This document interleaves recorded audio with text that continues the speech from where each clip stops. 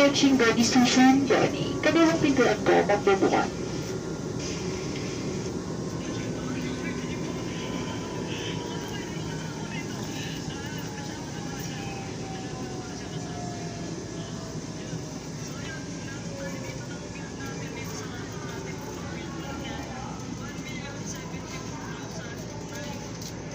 Sakay diretso po tayo sa kitang bahagi po ng tren. Maraming salamat po.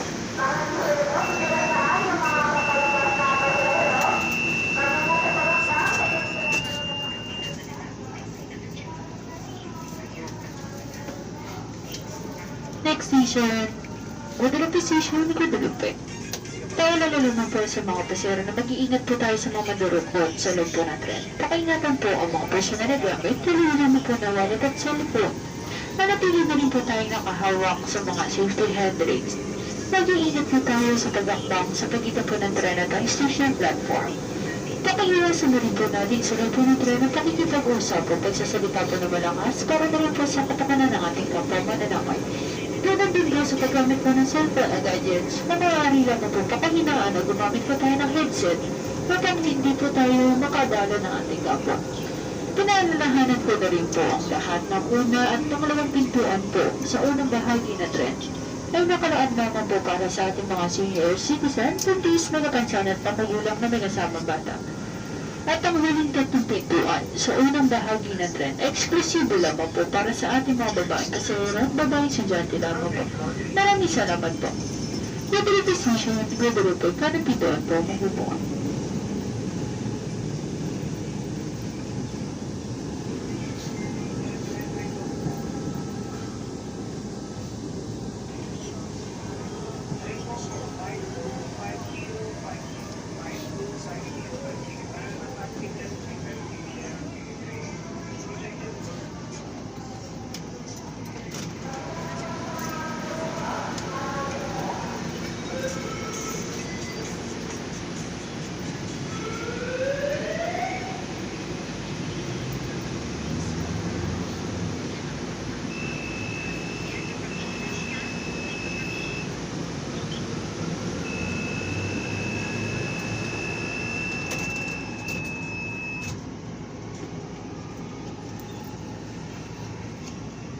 Next station, Bundia Station, Bundia.